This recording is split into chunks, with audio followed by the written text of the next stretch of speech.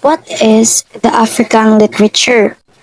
So, the development of African literature, from its oral tradition up to the current trends, reflects the history of its people, the continent's feelings, and the minds of its population. Africans shared their knowledge, history, and lessons through spoken words. This is called oral literature. It includes folktales, myths, legends, proverbs, and epic stories. Identity and heritage. Having been denied sharing their unique culture to the rest of the world, Africa literature takes pride in their identity as a people along with their rich heritage. It also emphasizes how African literature preserves and celebrates cultural identity and heritage despite historical attempts to suppress it. Earlier writings. The writings on Africa start in the Middle Ages when Arabic was introduced to them, and then it moved forward in the 1800s. With the coming of the alphabet, with the birth of the negritude which later remains blackness movement in 1934.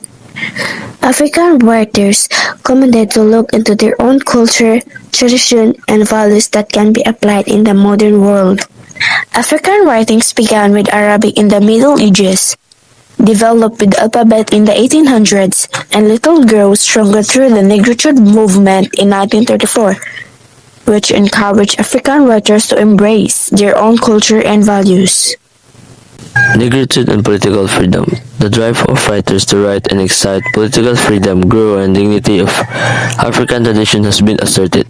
The negritude movement opened the avenue for writers to celebrate what is truly African. By celebrating the dignity of African traditions, the negritude movement pushed back against the denigration of African culture by colonial powers. It encouraged Africans to take pride in their roots, languages, and customs, rather than adopting European norms as a sign of progress. Famous African writers.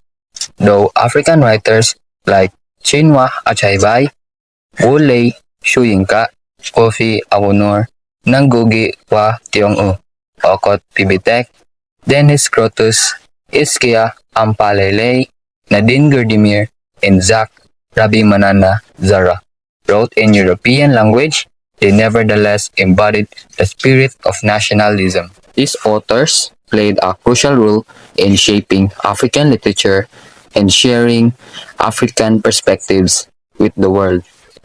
In the aftermath of the colonial experience, African writers have since chronicled new challenges that have emerged in their respective societies. New sovereign governments may have been installed, but their own problems cause writers to react. Example of Ngugi wa Thiong'o. This was evident in the case of Ngugi wa Thiong'o, who was imprisoned for a play considered to have subversive messages against the Kenyan administration of the time. Ngugi wa Thiong'o's play was perceived as a threat to the Kenyan government.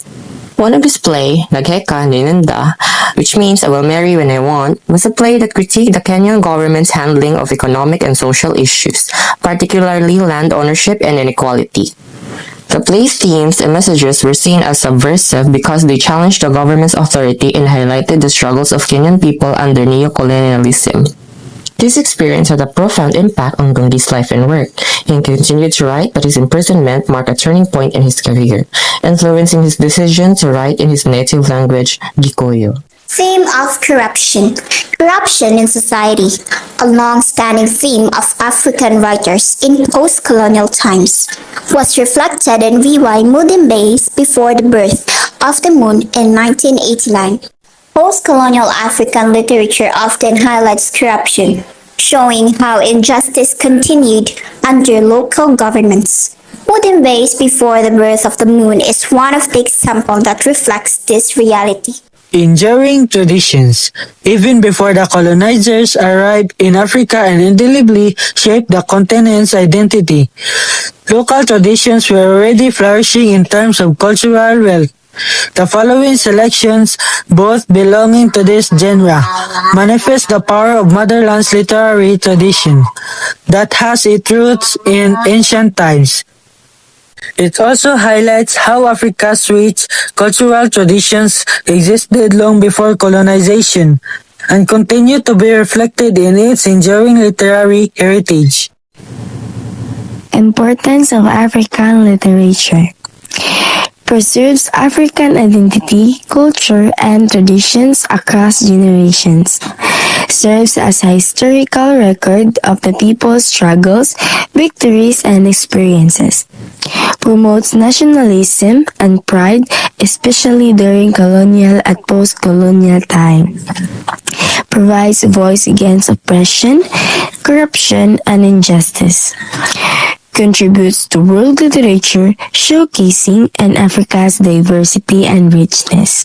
So, African literature is important because it preserves the identity, culture, and traditions of African people while also serving as a record of their history, struggles, and victories. A man of the people. Odile Samalu was a young school teacher who once admired Chief Nanga, a popular politician known as a man of the people. Chief Nanga was charming, close to ordinary citizens, and seemed to care about their needs. But behind his friendly image, he used his power to enrich himself, handing out favors and money to win loyalty. At first, Odile respected him, but his admiration turned into anger when Chief Nanga betrayed him and even took away the woman he loved. Feeling hurt and determined, Odile decided to fight back by running against him in the elections. It was a risky choice because Nanga had wealth, influence, and violent supporters on his side. As the campaign went on, Odile faced threats, bribery attempts, and even physical attacks. Despite his courage, the society around him remained trapped in corruption, and the struggle for honesty seemed almost impossible. In the end, chaos and riots broke out, showing how deeply corruption had taken root in politics. The story shows how corruption and selfishness can destroy a nation. It made us realize that true leaders should serve the people, not use power for personal gain.